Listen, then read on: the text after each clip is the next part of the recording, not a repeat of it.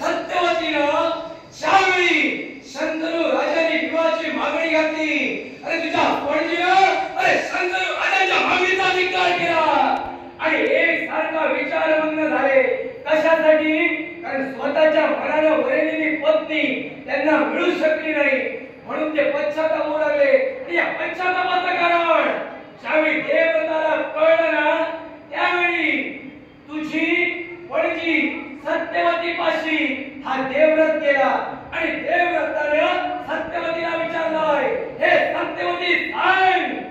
आज शंतनू सरकार राज करता या विश्वाच्या पाठीवर नवी ज्याच्या हस्तानं माणसांचे रोग दूर होतात ज्या शंतनू राजकर्त्यानं या विश्वाच्या पाठीवर स्वतःचा राज्य निर्माण केलाय त्यांना तू का वरत नाही त्यावेळी तुझ्या पणजीने काय सांगितलं माहितीये काय असेल तर या मी जर त्यांना वरिलं तर या विश्वाच्या ठाई राजा तू होणार आणि माझे पुत्र तुझ्या तोंडाजवळ बघणार म्हणून या लग्नाचा मला स्वीकार नाही मग त्याच वेळी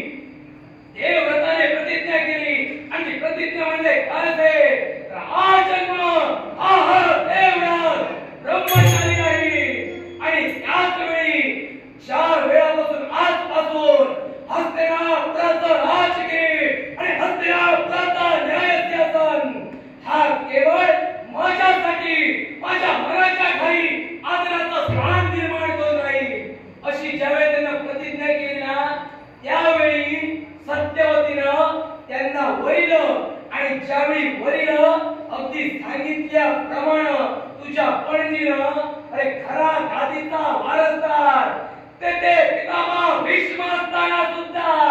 आज त्यांचा अधिकार हिसकावून घेण्याचा प्रयत्न घडला मग हे जर तुझ्या पुढची रीत असेल तर एक तुला सांगू इच्छितोय पूर्वजांच्या चुकीमुळे पुढच्या माणसाने चुका करायच्या नसतात त्या चुका सुधारायच्या असतात आणि सुधारण्याची संधी हा मामा तुला देतोय हे दुर्योधना भानुमतीची मुक्तता